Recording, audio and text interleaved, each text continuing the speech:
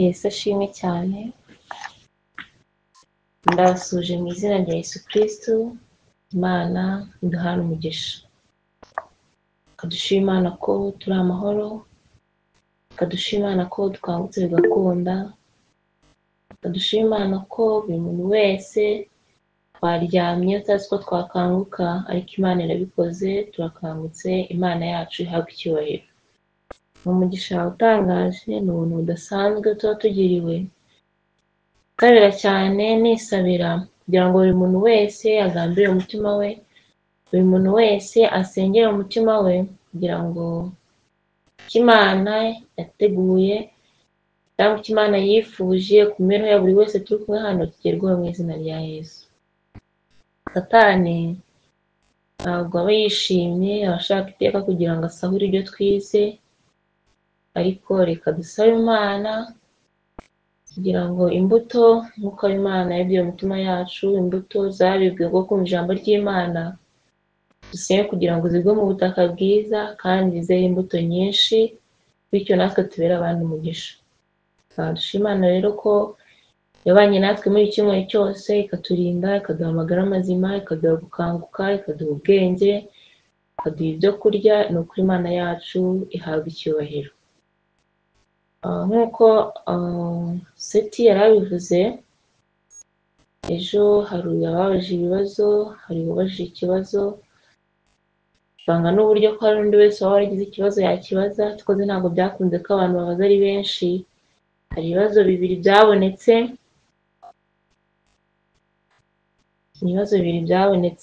kimwe ni icyabajijwe n'umuntu utari umunyarwanda, umurundi, ikindi cyabajijwe na Elena kugira ngo ari muri The Promise. Ikibazo cya Elena cyo yabazaga ngo narinjye n'iki, kuko ijambo twakunze kurikoresha cyane. Ntabwo ndi bumusubize mbere y'icyigisho ko ntekereza ko ataranahagera, ko hari igihe byo gusubiza ibibazo abantu babajije ariko ubwabo bataranahagera.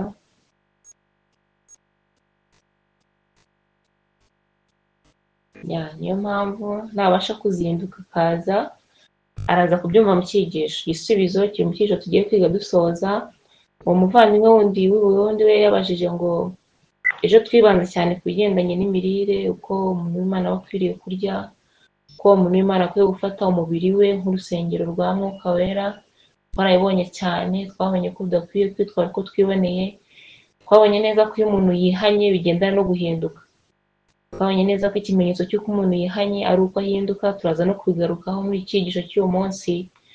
Yarambajije ati se twabonye ko ngo iby'inyama simba igarukaho, kuko byo yarasanzwe abifiteho umucyo ko bidakwiriye n'ibindi.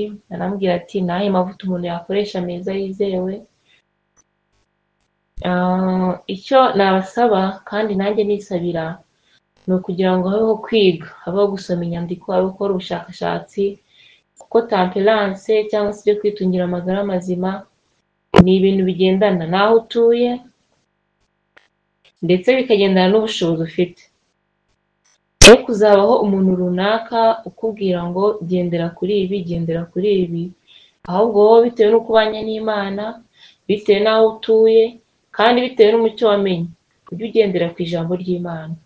Angel atigeze yandika amagambo akomeye cyane mu gitabo cy'inama makumyabiri n'ibyo kurya y'umugabo wapfuye bitewe n'ubujiji bw'umudamu ko atamwitayeho, bitewe n'uko baretse kurya ibyo kurya ibi n'ibi ngibi, bumva ko temperance bibuza ariko ntibagira ibindi basimbuza ibyo byo kurya. Rero he kuzabaho ubwaka ku muntu uwo ari we wese, ariko kandi he kuzabaho kwirengagiza umucyo w'ijambo ry'Imana bigendeye ku narinjye, bigendeye no kurari ry'ibyo kurya, kurari ry'inda. Buri muntu wese akwiriye kwiga akamenya icyo ijambo ry'Imana rivuga. Cyane nkatwe dutuye mu Rwanda, tubona imbuto, tubona imboga, tubona soya, tubona ibishyimbo, tubona ibijumba, tubona amateke, tubona ibihaza, tubona ibirayi, tubona ibitoki. Ibyo byo kurya byose birahagije kugira ngo umuntu w'Imana abe ameze neza, ariko kubera irari nyine turenzaho tugakora n'ibindi ijambo ry'Imana ryabuzanije. Namubwiye ko amavuta meza, amavuta ya elayo ni meza, ko ufite ubushobozi bwo kuyagura akayakoresha byaba ari umugisha, ariko n'amavuta y'igihwagari nayo ni meza. Arenze kuri ayo ngayo nanjye mbasha kuba ntazi ko nanjye ndacyari kwiga, nanjye ndi umuswa pe mu by'ijambo ry'Imana, ariko ndashimira Imana ko ijya impa uburyo n'umwete byo kwiga ijambo ryayo. Nanjye rero ndacyari mu rugendo nkamwe, cyari umunyabyaha nkamwe urwana urugamba rwo kunesha icyaha. Reka dusabe Imana kugira ngo iby'ijambo ry'Imana, ibyo tutavugiye aha ngaha, buri muntu wese agende asome, kuko icyumweru ntabwo twakwiga ibintu byose bikenewe kugira ngo tube tweze, tube twera mu maso y'Imana. Oya, ahubwo buri muntu wese, iyi ngiyi aba ari nk'intangiriro ahawe, cyangwa se no kugira ngo anompeshweho, kugira ngo agende yisomere byimbitse. Nk'uko nabibabwiye mu byigisho, ndabasabira cyane kugira ngo mukunde kwiga ijambo ry'Imana, mukunde kwiga ijambo ry'Imana, mukunde ibihe byo gusenga, mukunde kwiga rwose, kuko mu kwiga niho havamo kumenya, kandi mu kumenya nibyo bizatubasha kumenya ijambo ry'Imana, kumenya icyo Imana yacu ishima ngo abe ari cyo dukurikiza. Ngira ngo ndabona nta wundi muntu wanditse ko afite ikibazo muri chat. Ntekereza ko hari icyigisho cyumvikanye, icyigisho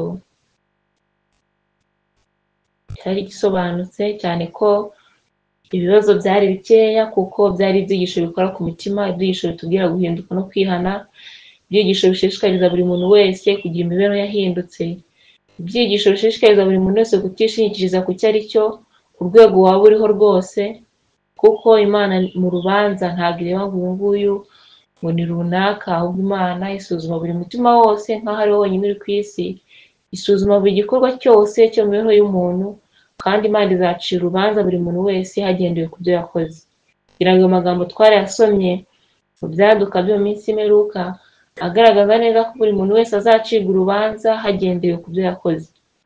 Uwamenye umucyo mwinshi azacirwa urubanza hagendewe ku mucyo yamenye, ariko abataragize umucyo bahabwa nabo bazacirwa urubanza bagendeye ku mucyo bahawe mukeya. Rero njye namwe twamaranye iki gihe cyose cy'icyumweru, iyi ni randevu ijuru ryatanze kugira ngo riganire natwe. Byari bibabaje rero igihe cyose tumaze twiga, igihe cyose twize, hari ibintu rwose ijambo ry'Imana ryatunze agatoki ariko ukanga kubikoraho, bavuga uti oya.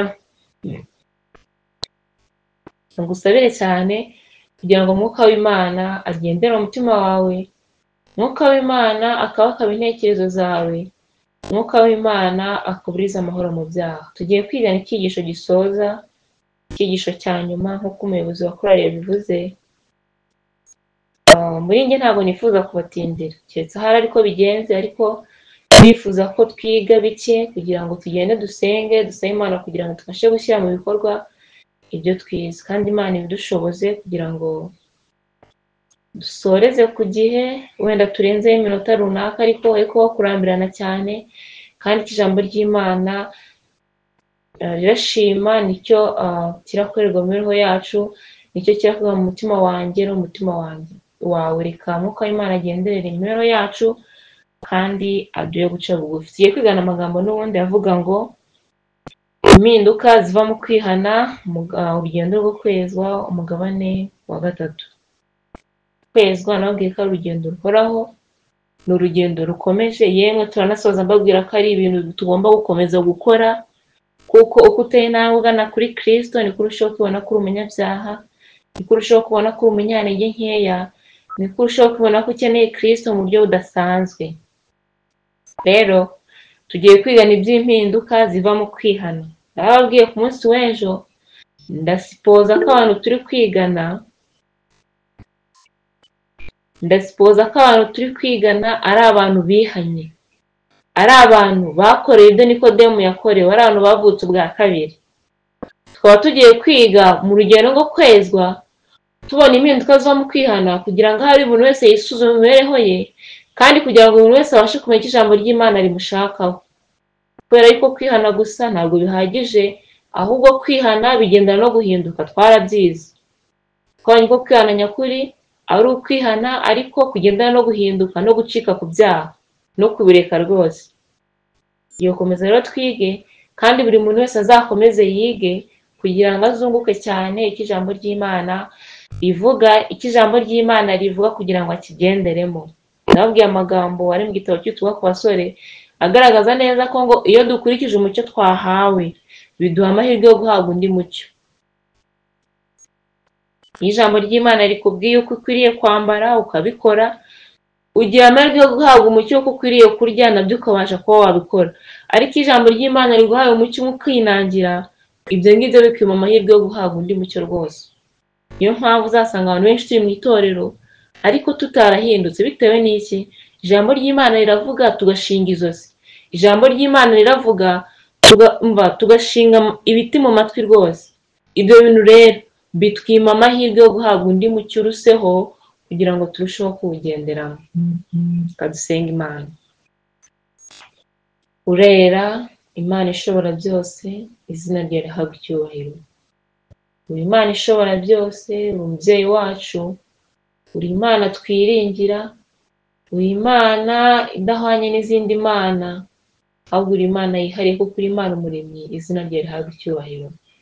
Turagushimira ko waturemye mu buryo butangaje. Turagushimira yuko ubwo umuntu yari amaze gucumura wemeye gutanga umwana w'ikinege Yesu Kristo ngo azame incungu y'ibyaha byacu. Ayo mahirwe waduhaye, uwo mugisha twagiriwe, ni ukuri turakunyuze cyane kugira ngo uturinde kuhapfusha ubusa, ahubwo uduhe kwihana rwose. Tuzi neza ko icyaha kimaze kugera mu isi hatangiyeho intambara hagati y'icyiza n'ikibi, kandi ariyo ntambara izasoza amateka y'isi, n'ubundi izaba ishingiye ku kinyoma n'ukuri hagati ya Satani ndetse n'Imana. Niyo mpamvu natwe waduteguriye ibihe byo kwiga ijambo ry'Imana, byo kwitegura akaga gaheruka, kuko ari imbere yacu hari akaga, hari urugamba ruzasakirana, hari urugamba ruzaba ruri hagati y'icyiza n'ikibi, hari urugamba abana b'Imana bazaba bahanganyemo na Satani.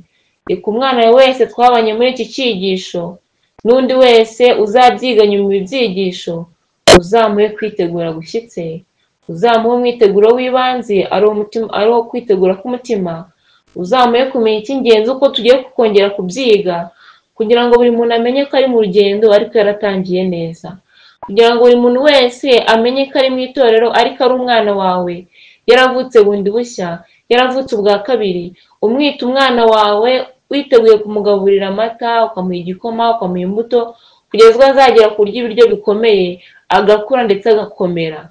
Mwami Imana, udusobanurire ibi ngibi kuko niryo shingiro ry'ubukristo.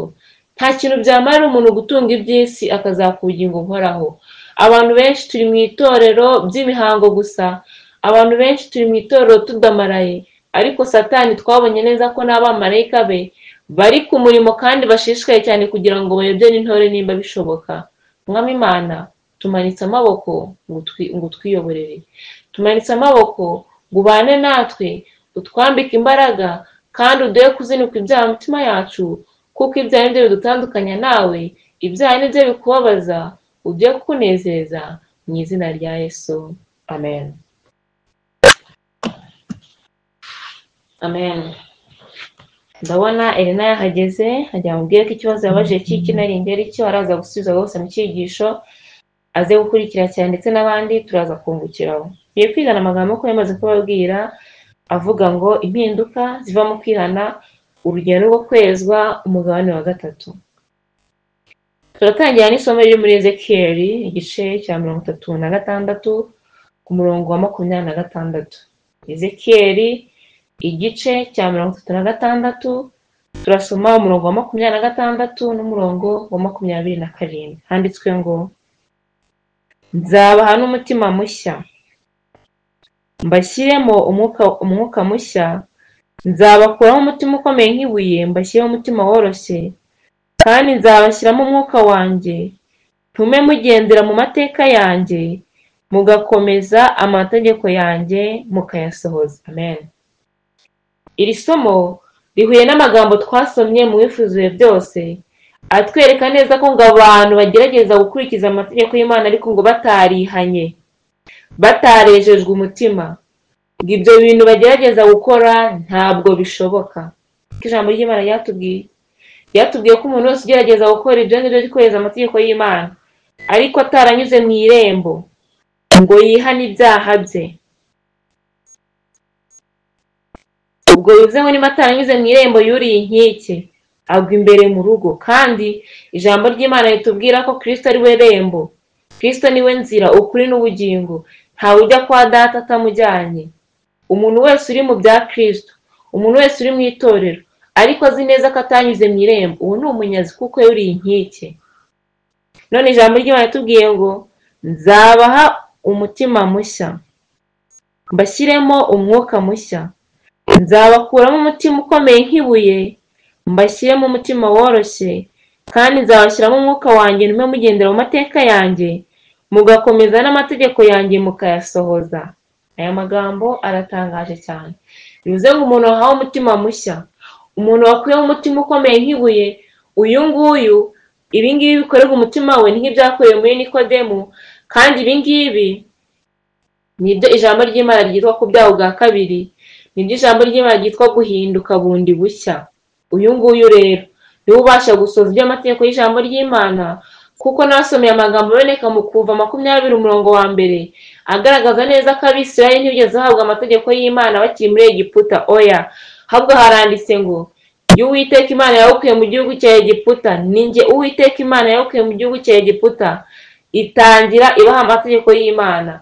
Bivuze ngo kugira ngo umuntu wese akurikize icyo ijambo ry'Imana rivuga, biramusaba kubanza kuva muri Egiputa. Twabonye ko Egiputa igereranywa n'ibyaha. Oya, ibyo wakiranukamo byose ariko ubikorera hejuru y'ibyaha, icyo ngicyo ni nk'ubushwambagara. Twabonye amagambo ari muri Yeremiya igice cya 8 atwereka abantu bavubira ibyaha hejuru y'iki? Hejuru yo kutizera Imana. Ayo magambo ngira ngo nongere nyabasomere, ntabwo nyavuze mu buryo ameze neza.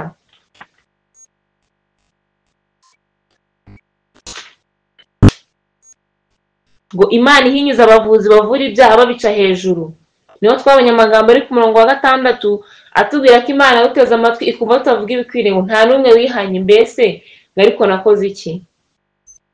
Imana yawuteze amatwi ikumva tutavuga ibikwiriye, ahubwo iratureba ikabona tuvura ibyaha ariko tubica hejuru,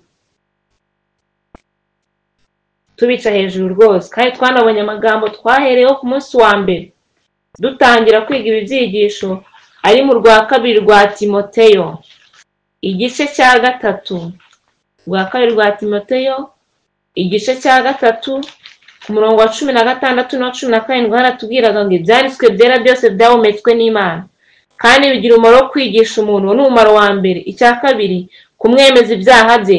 Icya gatatu, kumutunganya. Icya kane, no kumuhanira gukiranuka. Kamabwire, burya ijambo ry'Imana riruzuzanya kandi ijambo ry'Imana ni ryiza. Iri somo twabonye neza ko ibyanditswe byera byose byahumetswe n'Imana kandi bigira umumaro wo kwigisha umuntu.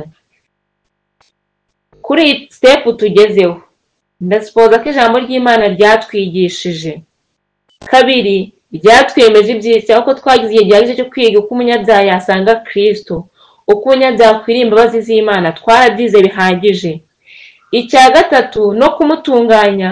Ahangaha nizeye umutunganye nashidikanya ko umuntu wese twabanye muri iki cyigisho intambwe ku ntambwe, yaba yaritabiraga yaba yarigaga audio, nzi neza ko ijambo ry'Imana ryamutunganyije binyuze mu kwizera igitambo cya Yesu Kristo akihana ibyaha bye.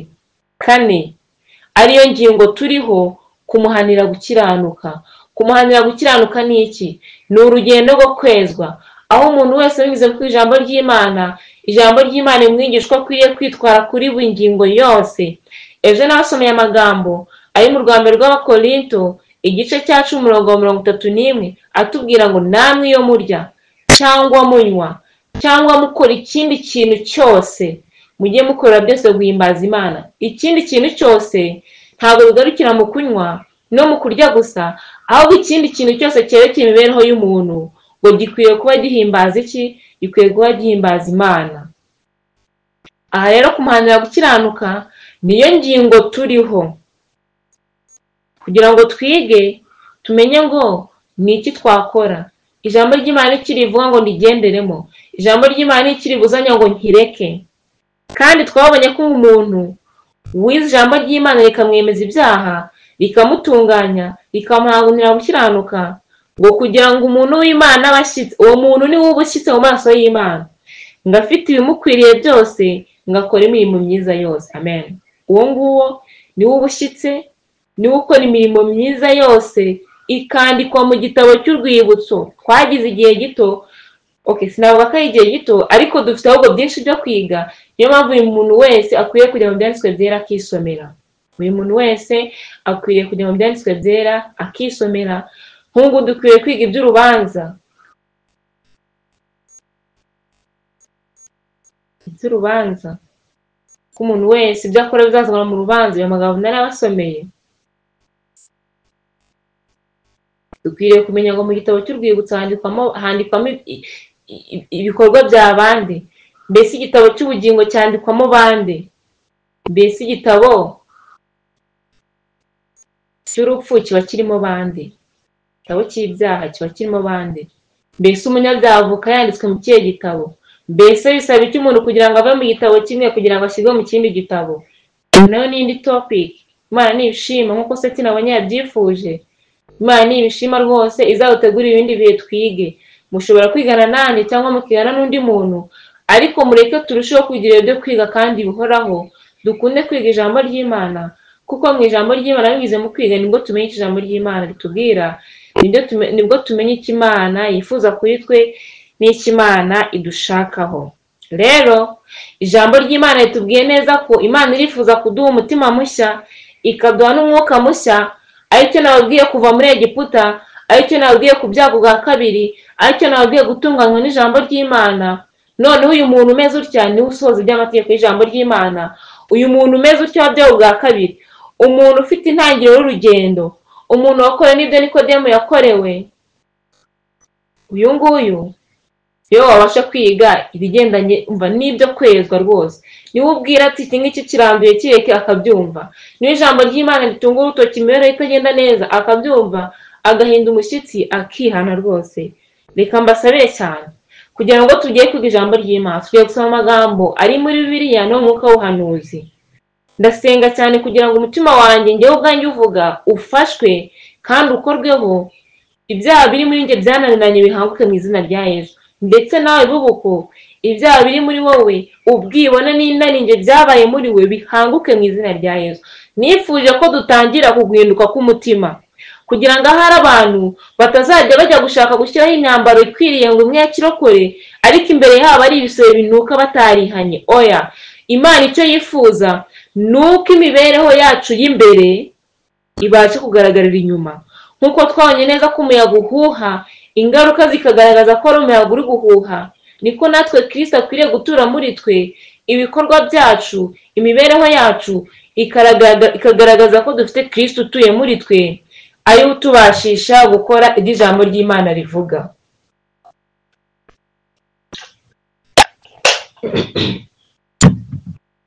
Reka duhurire mu gitabo ubutumwa ku basore. Igitabo ubutumwa ku basore, paje 115. Iki gitabo ndagikunda cyane, kirimo amagambo meza, amagambo ngira ngo mbararikire kugira ngo namwe muzagisome. Ni igitabo cyiza pe, ari umusore, ari umusaza, ari ukuze, ari umuto, buri muntu wese yakize kiramufasha. Paje 115.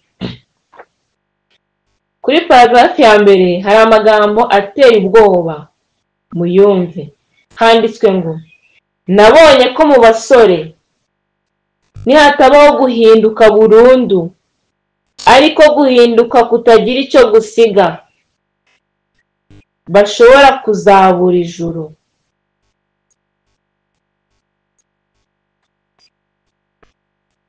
Aya magambo murayumvise?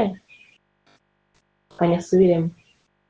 Nabonye ko mu basore nihatabaho guhinduka burundu. Guhinduka burundu muri kumva icyo bishatse kuvuga?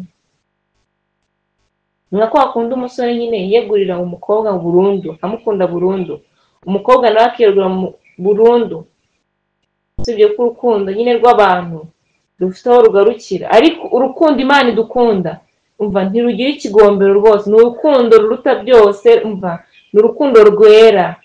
Urukundo rw'Imana idukunda turasabwa nawe kuyirukunda. Kuyirukunda nta kundi ni ukwanga ibyaha burundu, kuko Imana icyo twifuza nayo babwiye ni ukugira ngo twihane kandi tubwirize ubutumwa bwiza, kugira ngo twereke Imana rero ko tuyikunda. Niyo yabyivuye ati nimunkunda muzitondera amategeko yanjye. biradusaba gukunda Imana. Gukunda Imana nta kintu, kwitondera amategeko yayo binyuze mu kuyumvira. Rero ngo nabonye ko mu basore hatabaho guhinduka burundu, ariko guhinduka kutagira icyo gusiga, kutagira icyo kwisigariza mu mibereho yacu, kutagira uko umva. Turi gusoma paji 115 mu gitabo Ubutumwa ku basore. Ndabinginze cyane kugira ngo mukurikire. Akenshi abantu bari online ntabwo ubuze ibyo barimo. Wasanga ari abantu baryamye, wasanga ari umuntu uri kuri chat, wasanga ari umuntu uri kuri TikTok yaje hano kugira ngo perezida wa korali abone ko yitabiriye amateraniro. Umva, ibyo ngibyo urabikora rwose ari kuri muri hemukira pe.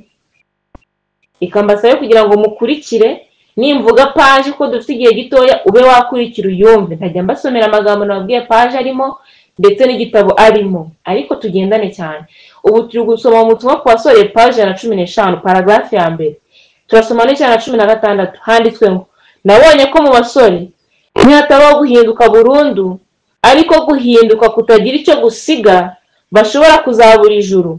Mpereye ku byo neretswe, mu basore bavuga ko bemera Imana n'ukuri harimo abadasaga 1/2 bahindutse by'ukuri.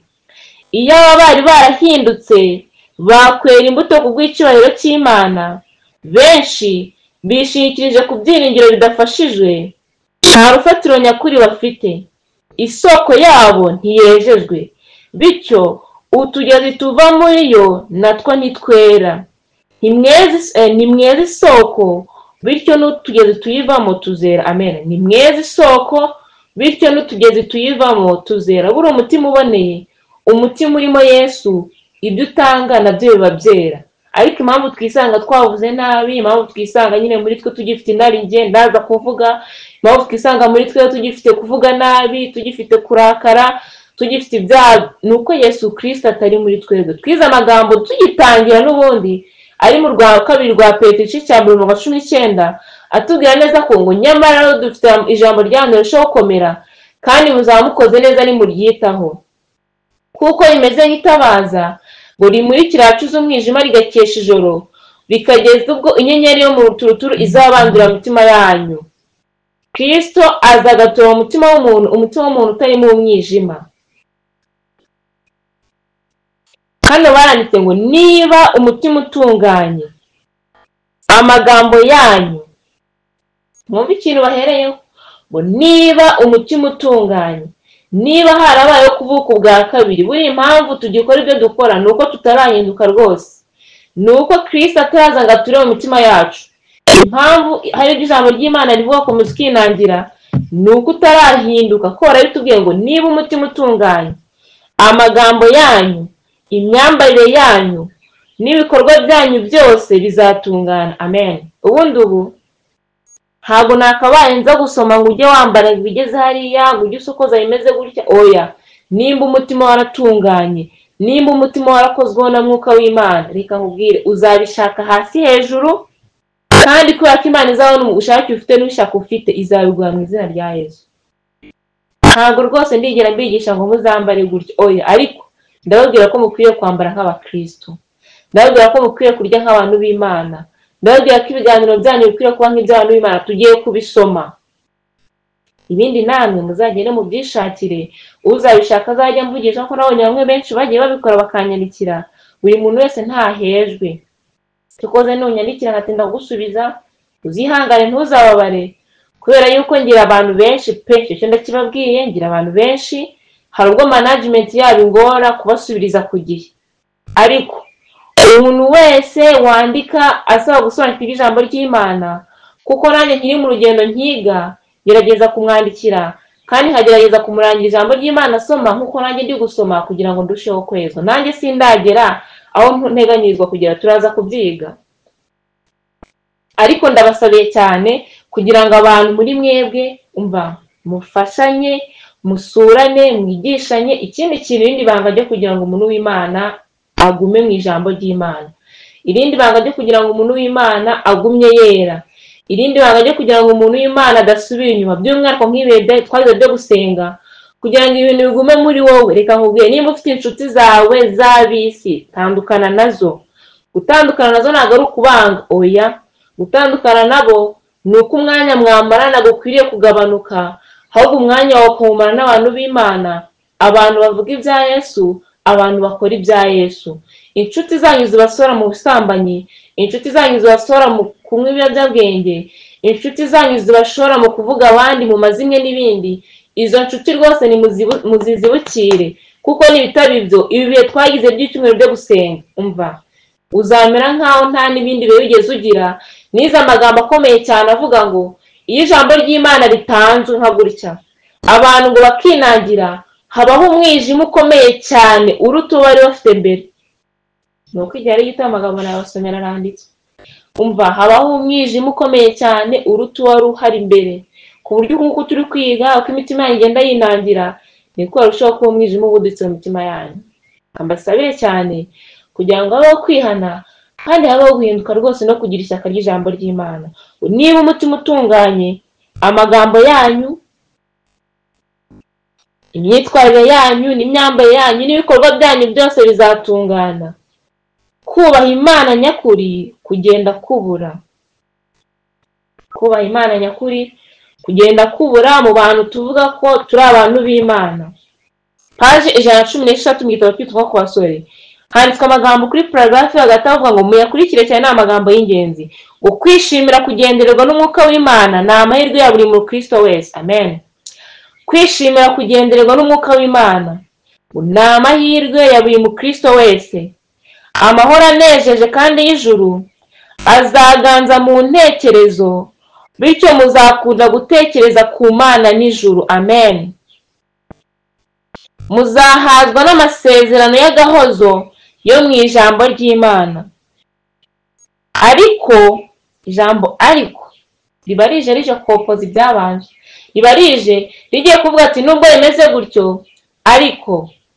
Nababwiye ngo mukurikiye cyane, paje ndi kuzivuga cyane abantu mwirangara kugira ngo tugendane. Ndi gusoma paje 116 paragrafi yo hagati, igitabo ubutumwa ku basore. Hano baratubwiye ngo kwishimira kugendererwa n'umwuka w'Imana ni amahirwe ya buri mukristo wese.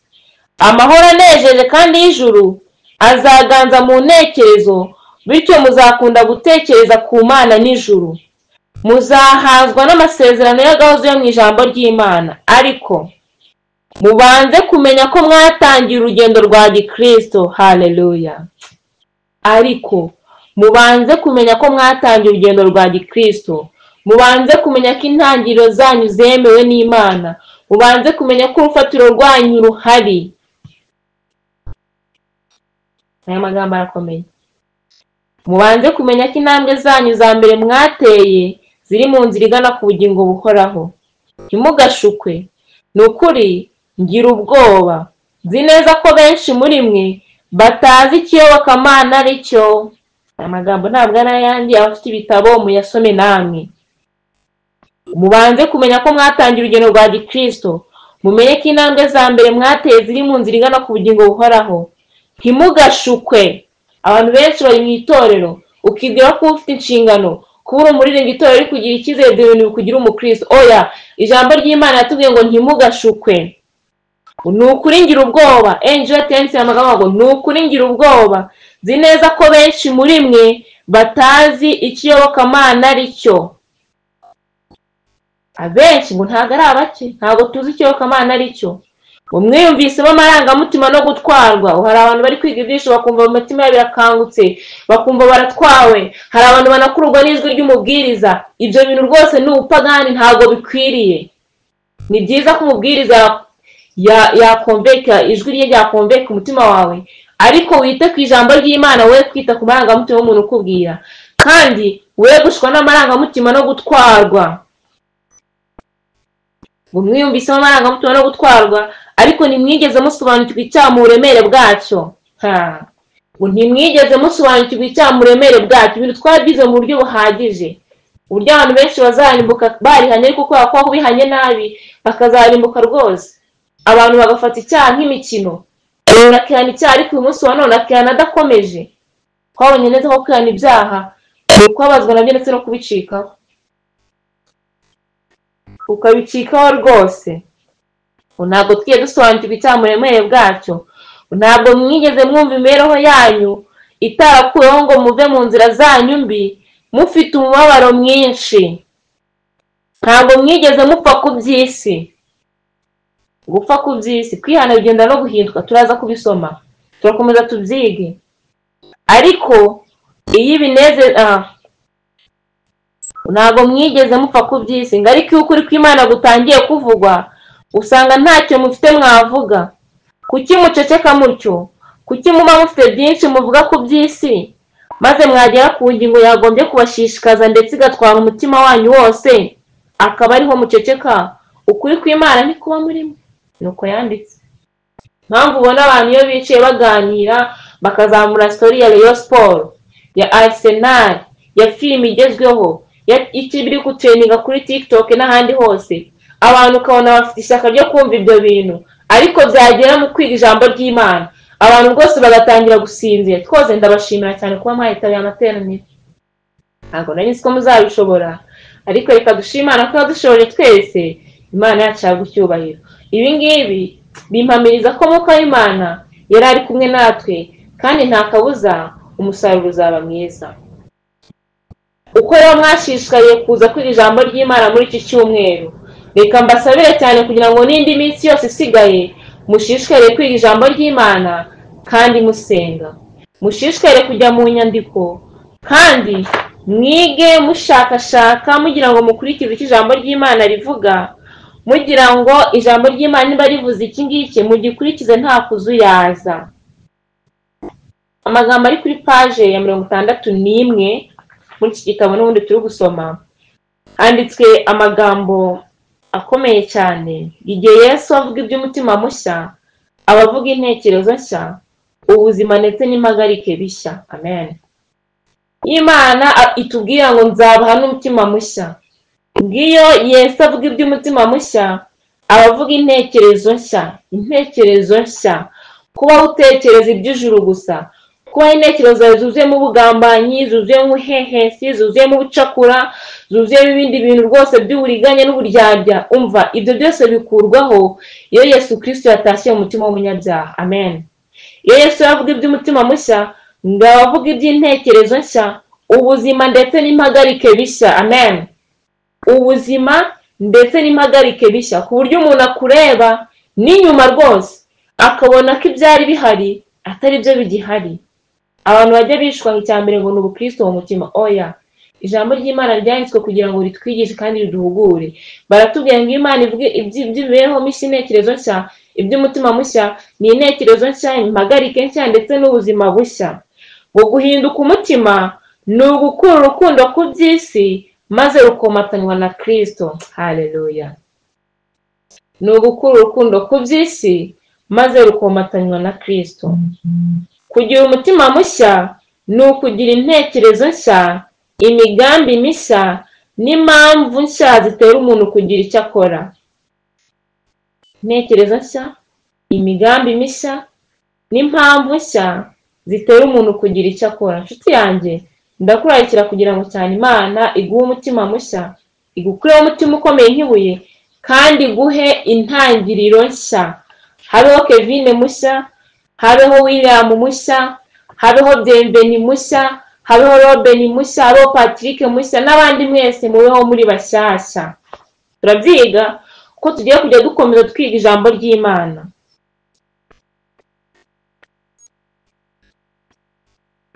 Hano page ya 71 naho handitswe amagambo akomeye cyane, ngira ngo mukurikiye cyane.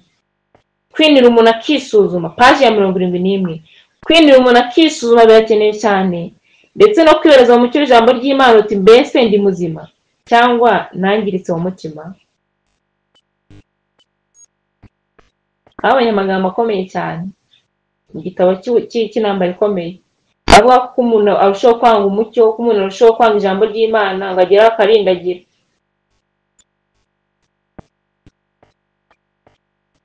Tekereza kuba indindagire. Nababwiye amagambo akomeye cyane, nababwiye ngo n'aba bagenzi bacu tubona baba bafite ikibazo cy'uburwayi ntabwo bibashimishije, kuko ntabwo ari we wanze kuba yakicara gutya akiga ijambo ry'Imana, ntabwo ari we wanze kuba yagira ibyo gusenga agasabana n'ijuru, ariko kubera ikibazo afite ibyo ntibyakunda. Niyo mpamvu ngusabira muvandimwe, kuko ijambo ry'Imana ryabitubwiye. Wirinde kuba indindagizi mu ijambo ry'Imana, kuko igihe uzaba wararindagiye ntabwo uzabasha ku ijambo ry'Imana ngo uryumve nk'uko uri kuryumva. Ayo magambo twarayasomye ngira ngo twari kumwe murabizi, ntabwo mbatutse pe, oya, ni ijambo ry'Imana ryabitubwiye. Kuko turushaho kwanga umucyo w'ijambo ry'Imana, turushaho kwanga ukuri kw'ijambo ry'Imana, ngo tugeraho tukaba abarindagizi. Reka Imana ni ukuri muri twebwe turinde mu indindagizi mu izina rya Yesu. Hano baratubwiye ngo kwinira umuntu akisuzuma birakenewe cyane, ndetse no kwibariza mu mucyo w'ijambo ry'Imana uti mbese ndi muzima cyangwa nangiritse mu mutima, mbese nagizwe mushya muri Kristo cyangwa ndacyari umubiri mu mutima ariko inyuma nambaye umwenda mushya. Nimukenyere mwitegura guhagarara mu rukiko rw'Imana, kandi mwirebere umucyo w'Imana niba hari icyaha cyihishe, ubugome cyangwa ikigirwamana icyo ari cyo cyose mutazibukiye. Ijambo kuzibukira riragarutse. Aya magambo muri kuyumva cyangwa turi kumwe? Mumenye ko turi kumwe.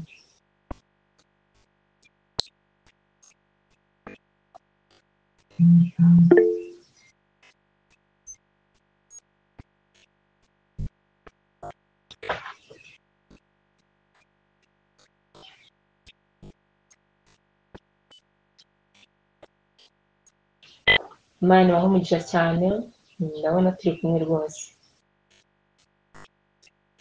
Nayo ndimo mbasomera amagambo avuga ngo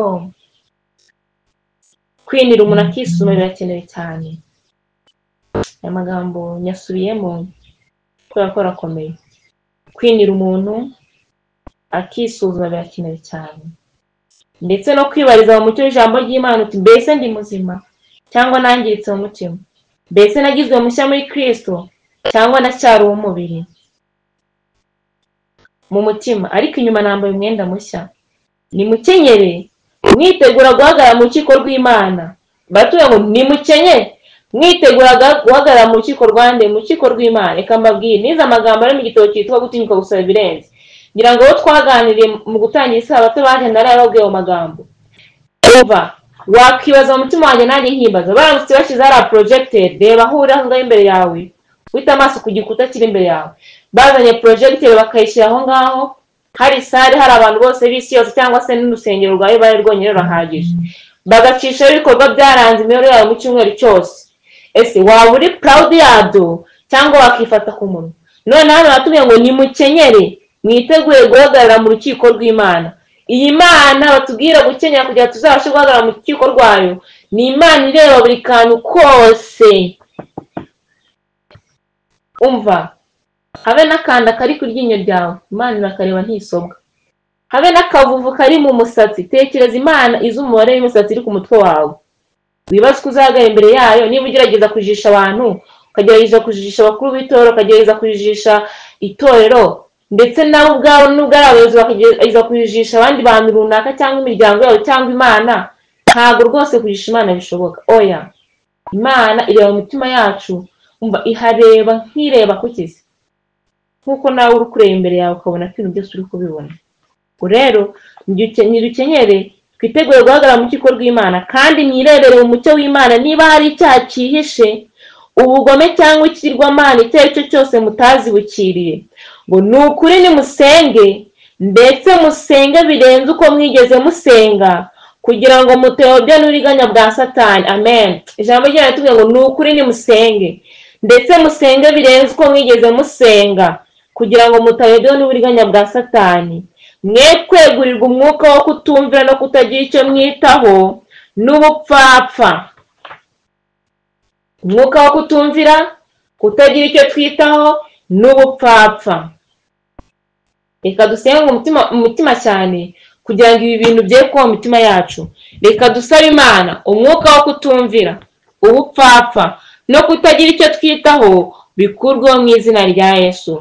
Duhurire mu gitabo cy'intambara ikomeye, paje 426. Intambara ikomeye, paje 426. Magambo akomeye cyane. Ndasoma amagambo bateri hejuru bitunjya kuri paragraph yo hasi. Ngo kwizera ijambo ry'Imana ukiranuka bizafatwa nko kwigomeka. abantu rwose bizeye ijambo ry'Imana kandi bakiranukwa, hari ubwo abantu babareba bakagira ngo ni abasazi, ngo bizafatwa no kwigomeka. Ariko hasi baratubwiye ngo ubwo umugara uteye ubwoba uzaba wegereje. Amagambo ari kuri paragraphe ni meza cyane, ntabwo twasoma kuko ni byinshi byiza dufite mu ijambo ry'Imana, ahubwo ndabararitse muzakomeze mu isomero iyi page, muzayisome muyirangize, yemwe muzige n'icyigisho cyose ko n'icyigisho cyiza, n'icyigisho kiryoshye, n'icyigisho ndahikira buri muntu wese kwiga kivuga umuburo uheruka. Hasi amagambo arasharanditse ngo ubwo umugara uteye ubwoba uzaba wegereje. Aya magambo yakurikire: inteko nini y'abantu babwobwaho ko bizera ubutumwa bwa marayika wa gatatu. Ubwo umugara uteye ubwoba uzaba wegereje. Inteko nini y'abantu ubwabo bavuga ko bizera ubutumwa bwa marayika wa gatatu. Mbese natwe turimo? Oya, turimo, kuko natwe ni abadventiste, natwe dufite ubwo butumwa, natwe tubwemeye, natwe tububwiriza. Abandi babuca hejuru bakabugoreka. None baratubwira ngo inteko nini y'abantu bavuga ubwabo ko bizera ubutumwa bwa marayika wa gatatu, ariko bakaba batarejejwe binyuze mu kumvira ukuri. Ngo bakaba batarejejwe binyuze mu kumvira ukuri. Kandi twiba amagambo atubwira ngo kwezwa, turi mu rugendo rwo kwezwa. None batubwiye ko ngo abantu batejejwe n'ukuri binyuze mu kukumvira, baravuze ngo bazava ku kejo maze bifatanye n'abarwanya ubwo butumwa. Ubwo bazifatanya n'ab'isi kandi bagahuza nawe imigambi, ngo bazababona ibintu kimwe. Mwibaze abantu bari muri twebwe ko turi hano turi 60-59, umuntu urimo hano ari kuri kwinangira ngo ye kwezwa n'ukuri, ngo azava ku kejo yifatanye n'ab'isi mu kurwanya ubutumwa bwiza. Mu ntambara iheruka turi kwitegura, muri aka gaheruka turi kwitegura, abantu batezwe n'ukuri kandi bari mu itorero bazava ku kejo bifatanye n'ab'isi mu kurwanya ubutumwa bwiza, bifatanye n'ab'isi mu kurwanya abantu b'Imana. Ngo ubwo bazifatanya n'ab'isi kandi bagahuza nawe imigambi, ngo bazaba babona ibintu kimwe. Uyu munsi wa none se ubundi ubona ibintu bitandukanye nuko ab'isi babibona? Oya, nimba bizaba mu gihe cy'akaga gaheruka, igihe kigiye kuza hano imbere yacu, ubundi uyu munsi wa none tutaragera aho hirya kure, ubundi uyu munsi ho isuzume, nanjye nisuzume, ibintu tubibona bitandukanye n'ab'isi. Iyo wisubye niba ijambo ry'Imana tuvuga ko turi ishyanga ryera, abantu Imana yaronse ngo twamaze imwe yaduhamagaye, Imana ikavuga ko turi abantu b'umwihariko badasanzwe. Ese nimba wisuzumye uyu munsi ntabwo ubona ibintu kimwe n'ab'isi? Iyo abantu barimo bariganya, banyereza imitungo n'ibindi, wowe ntabwo ari kubikora. Iyo abantu bafite mu mitima yabo kugambana, bafite ubwirasi, bafite ubwibone, ese iyo wigeranyije n'abandi, tekereza aho muturanye, aho mugendana, aho ukora, abo twita ngo n'ab'isi, aho udahuje kwizera. Mbese ubona itandukaniro rya hagati yabo nabo? Hano batubwiye ngo bazabona ibintu kimwe, ngo maze ubwo ikigeragezo kizabageraho bazaba biteguye guhitamo ikiboroheye. Abantu benshi bahitamo kutumvira Imana kubera ko babona ko ngo ibingibi biragoye, ntabwo nabishobora.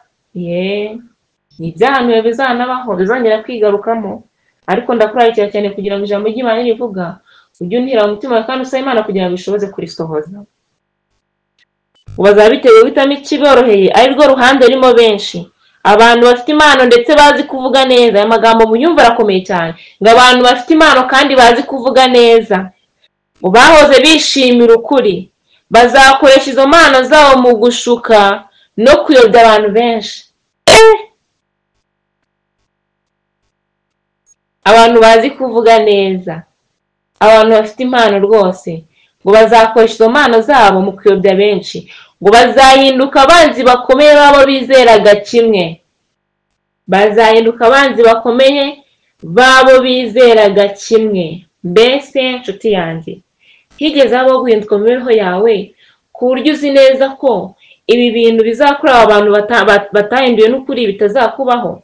Oya, mbese hari kera hawe, ubu ngubu hari ahashya hawe? Mbese hari impinduka zigezeho mu mutima wawe? Mbese higeze habaho ikintu cyo gukanguka muri wowe ukumva ibya kera urabyanze, ukumva ibyo wakundagura byanze, ahubwo ugaharanira gukunda ibishya Kristo akwigishije? Reka dusomere amagambo aboneka mu Bafilipi igice cya 3 tuhera ku murongo wa 7. Pawulo agiye kuduha ubuhamya bw'ibyakorewe mu mutima we. Wibaza nimba ubuhamya bwa Pawulo bwabo cyangwa bwabo bwanjye. Umurongo wa 7 aravuga ngo igice cya 3 umurongo wa 7, Abafilipi igice cya 3 ku murongo wa 7. Nyamara ibyari indamu yanjye nabitekereje ko ari igihombo ku bwa Kristo. Amen. Pawulo yanditse ngo ibyari inyungu ze, ibyari indamu ze, yabitekereje ko ari igihombo ku bwa Kristo. Ariko twebwe turatinya kubura akazi, umuntu rwose akaba azi neza ko ibintu akora bidahisha Imana icyubahiro, ariko agakomeza akabikora kugira ngo akomeze aronke iby'isi. Oya, Pawulo yaranditse ngo ibyari indamu yanjye nabitekereje ko ari igihombo ku bwa Kristo, ndetse n'ibintu byose mbitekereza ko ari igihombo ku bw'ubutunzi butagira akagero, aribwo kumenya Kristo, aribwo kumenya Yesu Kristo. Amen. Ubutunzi butagira akagero ni ukumenya Yesu Kristo. Amen. Kubw'uwo nahombye ibyanjye byose, witeguye guhomba ibyawe byose. Oya, witeguye kurekura irari, witeguye kurekura ubwirasi, witeguye kurarikira, witeguye kureka ibintu byose byabaye nk'ikigomana mu mibereho yawe kandi uzi neza ko ijambo ry'Imana ritemera. Pawulo aravuze ngo kubw'uwo nahombye ibyanjye byose, ndetse mbitekereza ko ari amase kugira ngo ndonke Kristo. Ikintu uramutse ubonye ari amase cyangwa ari umwanda ntabwo wakongera kugikoraho. Na Pawulo yatekereje ko ibintu byose ari nk'amase kugira ngo aronke Kristo. Umva, akabibona ko ari amase mu maso yari ibintu binuka, akabyirinda kugira ngo aronke Kristo. Amen. Kandi mboneke ko ndi muri we, ntafite gukiranuka kwanjye kuva mu mategeko, ahubwo mfite ukuzanwa no kwizera Kristo, ariko gukiranuka kuva ku Mana guheshwa no kwizera, kugira ngo menye n'imbaraga zo kuzuka kwe no gufatanya imibabaro ye no kujya nshushanywa no gupfa kwe, ngo ahari ngere ku muzuko w'abapfuye. Umurongo wa 12, ribe isengesho ryanjye, ribe n'isengesho ryawe, ngo si uko maze guhabwa cyangwa ngo maze gutunganya rwose, ahubwo ndakurikira kugira ngo mfate icyo Kristo yamfatiye. Amen. Ntaho turagera, ari njye ubabwira ibi, ntaho ndagera. Umva, ndacyari inyuma cyane. Ndakunda kuganira n'umutima wanjye nk'abandi Imana. Umutima wanjye rwose unyoteye ijambo ryawe. Ntaho ndagera mu kwiga ijambo ry'Imana, ntaho ndagera pe. Hano ijambo ry'Imana ndabihamije ngo si uko maze guhabwa cyangwa ngo maze gutunganya rwose, ahubwo ndakurikira kugira ngo mfate icyo Kristo yamfatiye. Ngo bene data, sinibwira yuko maze kugifata, ariko kimwe cyo, haleluya, ariko kimwe cyo, haleluya, ariko kimwe cyo,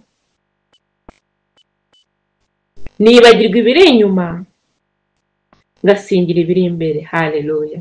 Nguko umukristo akwiriye kubaho. Umukristo akwiriye kubaho imibereho inesha icyaha. Umukristo akwiriye kuba ativuruguta mu byaha byo mu gihe cyashize. Dukwiriye kuba twihanira kureka. Pawulo arabihamije, kimwe cyo, nibagirwa ibiri inyuma ngasingira ibiri imbere. Amen. Kansabira Imana kugira ngo imitima yacu ikorweho, Mwuka w'Imana agendere mu mutima wanjye, Mwuka w'Imana agendere mu mutima wawe, kugira ngo wibagirwe ibiri inyuma usingire ibiri imbere. Abantu benshi basubiye inyuma, abantu benshi bakumbuye amadegede n'ibitunguru byo muri Egiputa, abantu benshi ntibagikoze ibyo kwiga ijambo ry'Imana, abantu benshi umva bagenda basubira inyuma we. Ariko ijambo ry'Imana tubwiye ngo tumaranire kugira ngo dufate icyo Kristo yadufatiye. Amagambo ari hano butumwa ku basore ntabwo nateguye kuyabaganirizaho, ariko ndumva Mwuka w'Imana ambwira kuyabasomera. Ari kuri page 112 ngo neretsweho kugera ikirenge mu cyaruse byakuvuga namwe bavuga ko bubahiriza isabato. Dukurikire cyane, hagiye gukoresha speed kuko iminota iri kugenda. Neretswe ko kugera ikirenge mu cyabisi byakorwaga namwe bavuga ko bubahiriza isabato. Page 112 mu butumwa ku basore. Yo, nabonye ko ari igitutsi ku byo bavuga bizera, ndetse n'igitutsi ku murimo w'Imana. Umva amagambo. Umva, mbese ntabwo uri igitutsi ku byo bizera, ntabwo ushyira icyashya ku butumwa bwiza. Nababwiye amagambo yanditse muri iki gitabo abantu benshi ndetse benshi cyane ngo banga kuza mu itorero ryacu bitewe n'imyitwarire yacu batubonana, kuko babona nta rutandukaniye nabo. Neretswe ko ari igitutsi ku byo bavuga ko bizera, ndetse n'igitutsi ku murimo w'Imana. Babesera ibyo bahamya ko bizera, batekereza ko batandukanye n'ab'isi, ariko mu myambarire, mu biganiro ndetse no mu bikorwa bajya gusa rwose n'ab'isi, ku buryo nta tandukanye hagati yawe. Umunsi wa none ujya kubona umuntu w'umukobwa aje gusenga yambaye imwenda, ukibaza aje mu kabyiniro, agiye mu kabari, agiye hehe? mbese ubuje kureshya abantu b'Imana bari mu rusengero, which purpose? Nihe mpamvu igutera kwambara ibyo wambara? Ubundi wakawibaza nihe mpamvu ituma nambara uyu mwambaro? Nihe mpamvu ituma nkora ibi ngibi? Ni ukugira ngo izina ry'Imana riheshwe icyubahiro? Ni ukugira ngo Kristo ashyirwe hejuru? Cyangwa ni ukugira ngo njyewe ubwanjye abantu bandangarire? Wowe urangamirwa, wowe ubwawe waba wambaye gutyo ukicara hariya mu rusengero nawe bikakuvunikiraho ukagwa hasi ugapfa, ibyawe bikarangira aho ngaho? Utekereza ute gushimisha irari ryawe kugira ngo ushimishe Imana? Irari mu myambaro rimeze nabi. Hano baratubwiye ngo babeshyera ibyo bahamya ko bizera.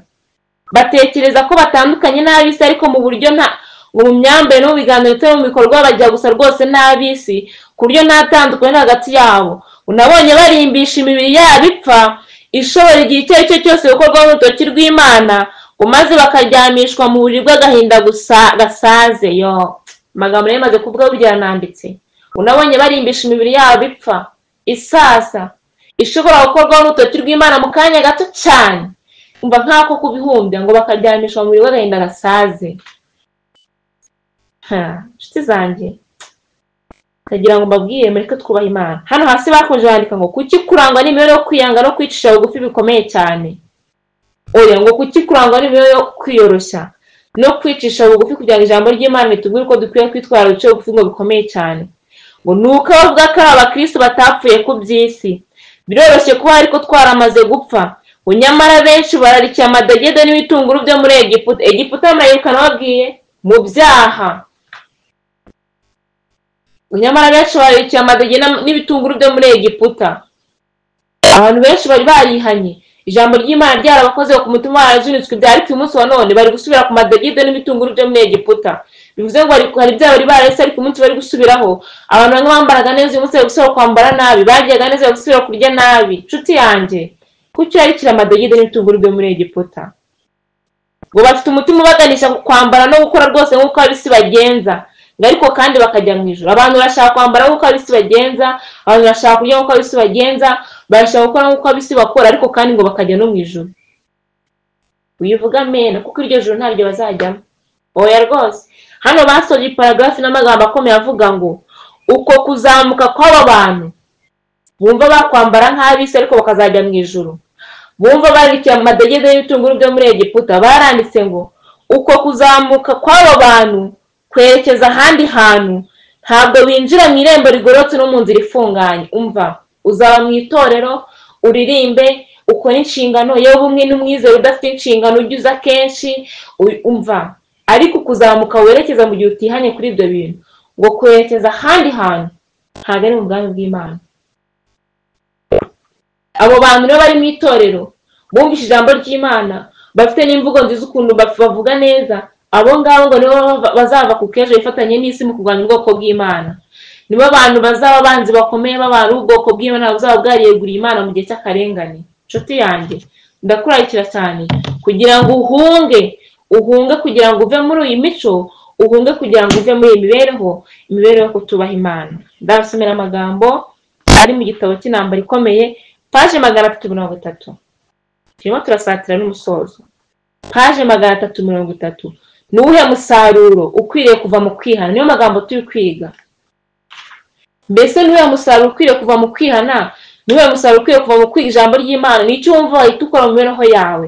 Paje 330 banditse ngo abantu hose, ahantu hose ijambo ry'Imana ryagiye ribwizwa mu buryo butunganye, umusaruro wagiye ukurikiraho wahamije ko rikomoka ku Mana. Amen. Ndasenga cyane kugira ngo umusaruro ugaragare mu mibereho yacu, kugira ngo ijambo ry'Imana, kugira ngo umwuka w'Imana abe yarabanye natwe muri aya materaniro. Ngo ahantu hose ijambo ry'Imana ryagiye ribwizwa mu buryo butunganye, umusaruro wagiye ukurikiraho wahamije ko rikomoka ku Mana. Umwuka w'Imana yajyanaga n'ubutumwa bwabwizwaga n'abagaragu bayo, kandi iryo jambo ryabaga rifite imbaraga. Abanyabyaha bumvaga bakozwe ku mitima. Amen. Abanyabyaha bumvaga bakozwe ku mitima. Umucyo umurikira umuntu wese waje mu isi urasira ahahishe ho mu mutima y'abantu, maze ibihishwe byakorerwaga mu mwijima bishyirwa ahagaragara. Amen. Munsi w'ejo twabonye amagambo y'ibihishwe bikorerwa hiherere, twabonye bene Rekabu. ngira ngo ntabwo ndabigarukamo icyisho murakibuka, n'abatarakize musabe audio perezida wa korali aze gushyira nimero ye muri chat kugira ngo mumwandikire mumusabe ibyigisho.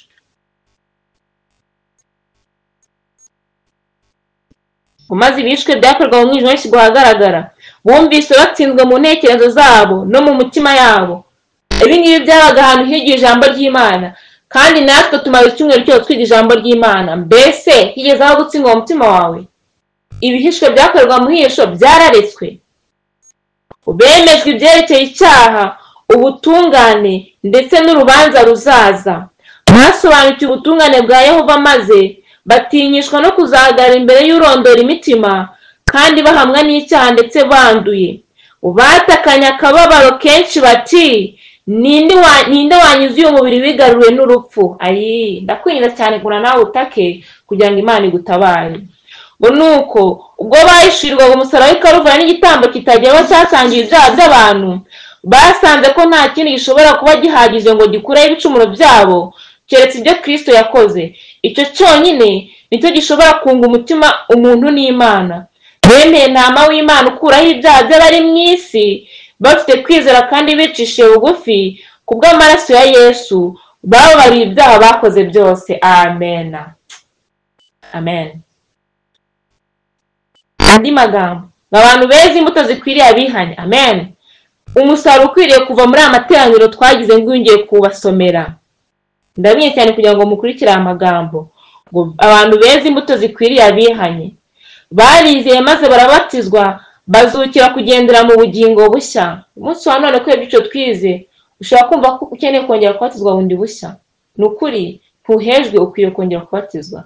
Ariko umubatizo wa mbere ukenewe ni ukubatizwa na Mwuka Wera ukihana ibyaha byawe, kandi ugakurikizwa n'umubatizo wo mu mazi menshi wo guhamiriza abantu ko aho wari uruhavuye ugiye mu wundi murongo. Abantu barizeye maze barabatizwa, bazukira kugendera mu bugingo bushya, bahinduka ibiremwa bishya muri Kristo Yesu, ntibongera gukurikiza irari rya kera, ahubwo kubwo kwizera umwana w'Imana bagera ikirenge mu cye, bagaragaraho imico ye kandi bariyeza nk'uko nawe aboneye, nk'uko nawe yera. Ibyo bangaga kera noneho barabikunze, kandi n'ibyo bakundaga barabyanga. Ngaya magambo tumaze gusoma Filipi. Pawulo ibyarindamukuru yabitekereje nk'igihombo ku bwa Kristo. Hano batubwiye neza ko umusaruro uva mu kumva ijambo ry'Imana, uva mu kumva ijambo ry'Imana no mu guhinduka, nuko ibyo twakundaga kera tubyanga, ibyo twangaga tukabikunda. Ikintu kizakubwira ko wahindutse nuko uzabona ko ibintu wanga rwose ugenda ubikunda. Abantu bangaga ibihe byo gusenga, abantu banga kuvuga ijambo ry'Imana, abantu banga kwambara nk'uko abakristo bambara, bazagira babikunde kubw'imbaraga y'ijambo ry'Imana yakorewe mu mutima wabo. Babibone n'abirarira bahindutse abagwaneza n'abafite imitima yacisha bugufi. Abapfapfa n'abirasi bahindutse abantu b'abanyamakenga n'abitonda. Abasuzugura ibyo kwizera bahindutse abantu bubaha. Amen. Abantu bari hano basuzuguraga ijambo ry'Imana ngo babindutse abantu bubaha. Abasinzi bahinduka abantu birinda. Abantu bari hano banywaga inzoga n'ukuri bazicikaho nk'izina rya Yesu. Kandi abahehesi baba abantu birinda. Ibigezweho by'isi bitagira umumaro byararetswe. Amen. Ibigezweho by'isi bitagira umumaro byararetswe binyuze mu kwiga ijambo ry'Imana. Abakristo ntibabaye bagiharanira umurimbo w'inyuma nko kuboha imisatsi, kwambara ibyakozwe mu izahabu cyangwa se n'imyambaro y'akarusho. Kuboha imisatsi birarekwa rwose, ijambo ry'Imana ryarasiye umutima wawe. Nabwiye ngo ntabwo ndi bubigishe ngo mujye mugira gutya, mujye mugira gutya. Umutima wahindutse, ikigaragaza ko umuntu yahindutse by'ukuri nuko ibintu yakoraga bireka bitemeranye n'ijambo ry'Imana. Kwinangira kwawe ni akazi kawe, ariko urugi rw'imbabazi ruri hafi gukinga. Nk'uko ku bwa Nowa byagenze niko bizongera kugenda. Nshuti yanjye, ndakurarikira kwihana ugifite uburyo. Abakristo ntibabaye bagiharanira umurimbo w'inyuma nko kuboha imisatsi, kwambara ibyakozwe mu izahabu cyangwa se imyambaro y'akarusho, ahubwo bagize umurimbo w'imbere mu mutima, umurimbo udasaza w'ubugwaneza, umurimbo udasaza n'ubugwaneza n'amahoro, ufite agaciro gakomeye mu maso y'Imana. Amen. Uyu ni wo musaruro uva mu murimo wa Mwuka Muziranenge. Ngo nta gihane cy'uko umuntu yihanye by'ukuri keretse gusa iyo miteye guhinduka. Amen. kugira ngo ijambo ry'Imana cyangwa se kugira ngo bigaragare ko umuntu yihanye binyuze mu byigisho tumaze icyumweru twiga n'ibindi twize mu itorero n'ibyo tuzakomeza kwiga. Igihano cyerekana ko umuntu yahindutse, cyumva ko umuntu yihanye nuko ngo bitera guhinduka. Uyu muntu w'umusaruro w'umurimo wa Mwuka Muziranenge, nta gihano cy'uko umuntu yihanye by'ukuri keretse gusa bimuteye guhinduka. Kwihana nyakuri gutera umuntu gutanga icyo yarahiriye, akagarura ibyo yibye, akihana ibyaha bye, agakunda Imana bagenzi be. Icyo gihe nibwo umunyabyaha abasha kumenya neza ko afitanye amahoro n'Imana. Amen. Aya magambo ngira ngo murayumvise. Kwihana nyakuri bitera umuntu kugarura ibyo yibye, akihana ibyaha bye, agakunda Imana na bagenzi be. Nta gihano cy'uko umuntu yihanye by'ukuri ngo keretse gusa iyo muteye kugenza gute guhinduka. Imana iduhe kwihana by'ukuri. Imana iduhe kugira imibereho irushaho kwisunga Kristo. Imana iduhe kugira imibereho irushaho kubana nawe mu ijambo ryayo. Imana iduhe kugira imibereho ihora inihira mu mitima yacu, tubaza Imana icyo twakora, tubaza Imana icyo ijambo ry'Imana rivuga kugira ngo tugendereho. Imana iturinde inarinjye. Inarinjye ni iki? Inarinjye ni ukumva ko wihagije, ni ukumva ko udakeneye imbabazi z'Imana. Inarinjye ni ukumva ko hari icyo uri cyo. Inarinjye ni ukumva ko ubwawe udakeneye imbabazi z'Imana, kumva ibintu byose ari njye. Inarinjye ubundi igenda no kwikunda, kumva ko ukuri bihagije, kumva udakeneye guca bugufi ngo Imana yegure umutima wawe kugira ngo Imana ihindure umutima wawe. Inarinjye ni ukumva ko hari icyo uri cyo, kandi inarinjye nta muntu wabasha kuyikuramo. Turaza kubisoma dusoza. Inarinjye Imana yonyine nibasha gukuraho umutima ufite inarinjye, ahari inarinjye akaba kubaha Imana. Soma amagambo ari mu gitabo Ibaho mu minsi y'imperuka, haje ya 74 isubiye 230, haranditse ngo Enoki yagendanye n'Imana imyaka 300 mbere yo kuzamurwa mu ijuru, kandi imiterere y'isi mu gihe cye ntiyari yoroheje gutungana kw'imico ya Gikristo kuruta mu gihe cya none. Aya magambo tuyumve. Enoki yagendanye n'Imana imyaka 300 mbere yo kuzamurwa mu ijuru, kandi imiterere y'isi mu gihe cye ntiyari yoroheje gutungana kw'imico ya Gikristo kuruta mu gihe cya none. Bivuze ngo Enoki yagendanye n'Imana mu gihe nawe cy'umwijima, mu gihe kirimo abanyabyaha, mu gihe kirimo abakiranirwa nk'abadukikije uyu munsi wa none. Baratubaje ngo none se Enoki yagendanye n'Imana ate? Igisubizo: yamenyereje intekerezo n'umutima kugira ngo ahore yiyumva ari hafi y'Imana. Amen. Kandi yabaga buragijwe amasengesho ye yazamukaga ku Mana kugira ngo arindwe. Amen. Amen. Enoki kugira ngo agendane n'Imana imyaka yose 300 yamenyereje intekerezo. Twabonye ko umuntu yihanye akwiye kugira intekerezo nshya. Wumve ko Enoki ngo yamenyereje intekerezo n'umutima kugira ngo ahore yiyumva ari hafi y'Imana. Ndirimbo ngo hafi yawe Mwana nibyo nifuza, ku musaraba wawe Mwami, hafi yawe Mwami tubane iteka. Amen. Kandi yabaga buragijwe amasengesho yazamuka ku Mana kugira ngo arindwe. Amen. Uburinzi bwa Enoki ntandi bwari buri ku Mana. Igihe cyose uri imibereho yuzuye inarinjye, yuzuye ubwigenge, utisunga imbaraga y'Imana, nta kabuza uzatsindwa. Nababwiye amagambo ari kugana Yesu avuga neza ko impamvu abantu ducumura nuko tuba twatandukanye n'Imana. Tubaye turi kumwe n'Imana ntabwo twacumura rwose. We yangaga inyifato yose ushobora kubabaza Imana ye. Yahozaga Imana mu bitekerezo. Yasengaga agira ati unyigishe inzira zawe kugira ngo ntayobagurika. Akavuga ati Imana icyo nshakaho ni iki? Nakora iki ngo nguheshe icyubahiro Mana yanjye? Bityo imyifatire n'inzira ye bigahora bihamanye n'amategeko y'Imana, kandi yiringiraga se wo mu ijuru mu buryo bwuzuye, agahora amukiranukira muri byose, ntashidikanye ubufasha bwe, ntayoborwaga n'igitekerezo cy'ibyifuzo bye bwite, yari yuzuwemo n'ubushake bwa se. Haleluya. Enoki yari yuzuyemo n'ubushake bwa se. Yasabaga Imana ati Mana n'icyo ushaka ngo abe aricyo nkora. Nakora iki ngo nguheshe icyubahiro? Iri sengesho rikwiye kuba iryanjye, rikwiye kuba iryawe. Reka amagambo nyasubiyemo ariko yafate nk'isengesho. Amagambo ngiye kuyasomera yose dusoza ni amasengesho, buri muntu wese ayasenge. Mwumve aya magambo ngo Enoki yangaga inyifato yose ushobora kubabaza Imana ye. yahozaga Imana mu bitekerezo bye. Ni iki gihora mu bitekerezo byawe? Ni Imana cyangwa ni ibindi? Yasengaga agira ati, unyigishe inzira zawe kugira ngo ntayobagurika. Amen. Icyo nshakaho ni iki? Nakora iki ngo nguheshe icyubahiro Mana yanjye? Bityo imyifatire ye n'inzira ye bigahora bihamanye n'amategeko y'Imana, kandi yiringiraga se wo mu ijuru mu buryo bwuzuye, agahora amukiranukira muri byose, ntashidikanye ubufasha bwe. Ntiyayoborwaga n'igitekerezo cy'icyifuzo cye bwite, yari yuzuyemo n'ubushake bwa se, ariwe Data wa twese. Amen. Ngo mumenye ko Henoki yari ahagarariye abazaba bakiri ku isi ubwo Kristo azagaruka, kandi bakazazamurwa mu ijuru badasogongeye ku rupfu. Wibaze nimba Yesu Kristo agarutse uyu munsi wa none, imibereho yawe yaba imeze nk'iya Henoki ku buryo wakimurirwa mu ijuru. Henoki yahuraga n'inshuko nkatwe, yari akikijwe n'abantu batakundaga gukiranuka nk'abadukikije, yahumekaga umwuka wahindanyijwe n'icyaha no kononekara nkatwe, ararenga agira imibereho yera. Haleluya. Nta nzitwazo dufite. Henoki ngo yahumekaga umwuka wanduye nk'uwo duhumeka, yahuraga ibishuko nk'ibyo duhura nabyo. Umva, ngo yari akikijwe n'abantu batakundaga gukiranuka nk'abadukikije, ariko ngo ararenga agira imibereho yera. Ntiyanduzwaga n'ibyaha bikomeye byo mu gihe cye. Uko niko natwe dushobora kugumana kwera kandi tutagira ikizinga. Amen.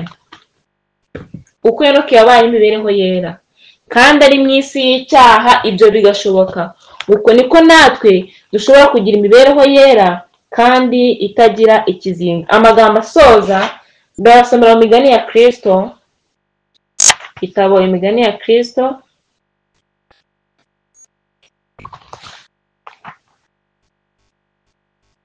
igitabo cy'Imigani ya Kristo,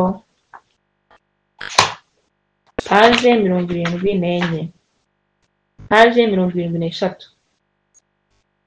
Dusoza, ariko mbere yuko musomera aya Mukayimana nasabye kubasomera andi magambo ari kuri paje ya 24. Kuki dukwiriye kwiga? Kuki twiga kugira ngo imico ya Kristo ize mu mibereho yacu? Amagambo nigeze nyababwira sinayabasomera, ariko handitswe ngo Kristo ahora akeneye ko tumugaragaza mu bituro abantu bakamumenya. Igitabo Imigani ya Kristo, volume ya mbere, paje 24.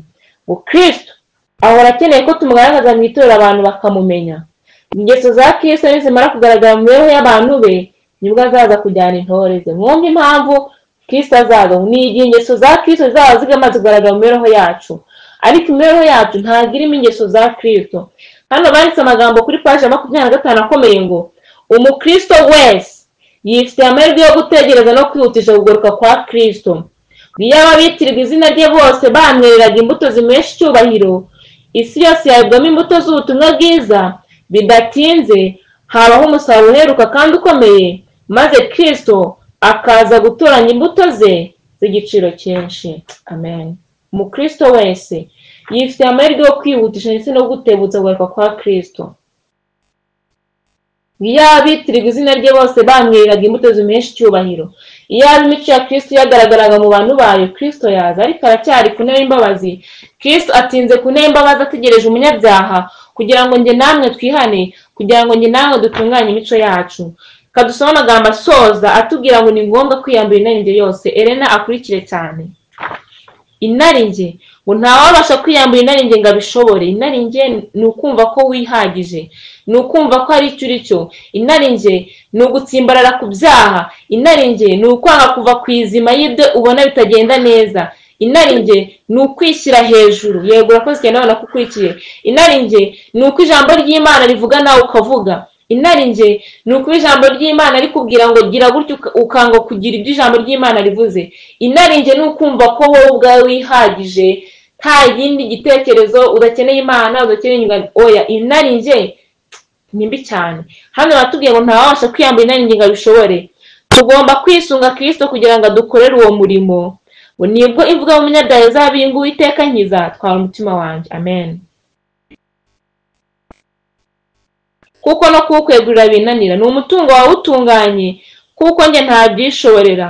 Ntunganya, nzahura, ungeze ku butungane no ku rugero rwo kwera k'umutima wanjye. Amen. Amagambo nayasubiramo. ntawabasha kwiyambura inarinjye ngo abishobore.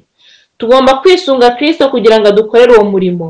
Nibwo umutima w'umunyabyaha, nubwo imvugo y'umunyabyaha izabiri ngo Uwiteka nkiza, twara umutima wanjye kuko no kuwukwegurira binanira. Ni umutungo wawe utunganye kuko njye ntabyishoborera. Ntunganya, nzahura, ungeze ku butungane no ku rugero rwo kwera k'umutima wanjye. Hano banditse amagambo akomeye avuga ngo uko kwitanga si uko igihe umuntu atangiye imibereho ya gikristo gusa, intambwe yose atera agomba kwivugurura. Kugira ngo tugire amahoro ni uko twahora dupfa ku cyaha kandi tukisunga Kristo muri byose. Amen. Uko turushaho kwegera Yesu tukabona ubutungane bw'ingeso ze, niko turushaho kubona ko turi abanyabyaha maze bigatuma tutishyira hejuru. Amen. Uko turushaho kwegera Kristo tukabona ubutungane bw'ingeso ze, niko turushaho kwibona ko turi abanyabyaha. Kristo arifuza kweza umutima wanjye, Kristo arifuza kukweza kugira ngo urusheho kwera rwose. Amagambo meza cyane ngo iri hejuru cyane ikaba ituye ahahoraho ikagira izina ritunganye, iravuga iti aho nkiye ni hejuru kandi harera, mbana n'ufite umutima umenetse wicisha bugufi, kugira ngo mpembure n'abafite imitima imenetse. Iyo umunyabyaha yegereye umusaraba akicisha bugufi imbere yawo, ahinduka icyaremwe gishya muri Kristo. Abatunganye, Imana bwayo itsindishiriza uwizeye. Amagambo nshaka ngo dutege amatwi kandi nyabature bana b'Imana twabanye, ngo nk'uko icyaha kigusha umuntu ahantu hakomeye atabasha kwivana, nk'uko icyaha kigusha umuntu ahakomeye atabasha kwivana, ngo niko n'urukundo rwaducunguye rushobora kugeza abantu ku rugero rwo hejuru cyane, ku buryo bazasumba ndetse n'abamarayika batigeze bacumura. Uwicisha bugufi azashyirwa hejuru. Haleluya. Nubwo icyaha kidushyira ahantu hakomeye cyane, ngo niko urukundo rw'Imana rwaducunguye rushobora kugeza abantu ku rugero rwo hejuru cyane, ngo ku buryo bazasumba ndetse n'abamarayika batigeze bacumura.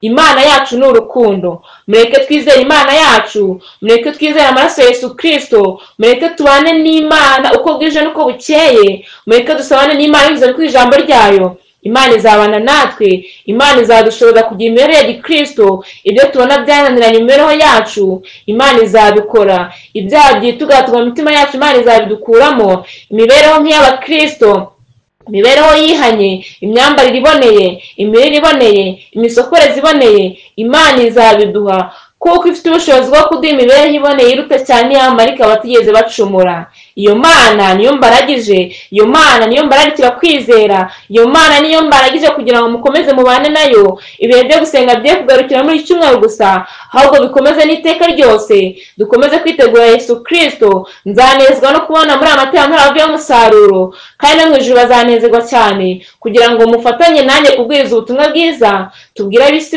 batuye muri iyi si ko Yesu Kristo yaje kugaruka. Reka ibyo bitsike imitima yacu, kandi Uwiteka ushobora byose abaha umugisha, abaha amahoro, abahe kuba mu buntu bwe, abahe gukurira mu buntu bwa Kristo, kandi abagwiriza ubwenge, abaha imibereho yahindutse. Mbibasabiye nanjye mbisabira mu izina rya Yesu Kristo. Amen. Kadusenge Imana. Urera, Imana ishobora byose, izina ryawe rihabwe icyubahiro. Nta gushidikanya wabanye natwe ahantu wari uhari. Ndakwinze cyane kugira ngo imbuto zabibwe zigwe mu butaka bwiza, kandi gukuza n'ibindi byose bikorwe nawe. Mwuka wera tubirize amahoro mu byaha, Mwuka wera byo guhinduka byuzuye, kandi umusaruro uzagaragare natwe tubere abandi umucyo mwiza. Mbyisabiye bisabira umwana wese tukumwe hano n'undi wese uzakurikira ibyigisho nyuma, mu izina rya Yesu Kristo. Amen. Amen. Amen.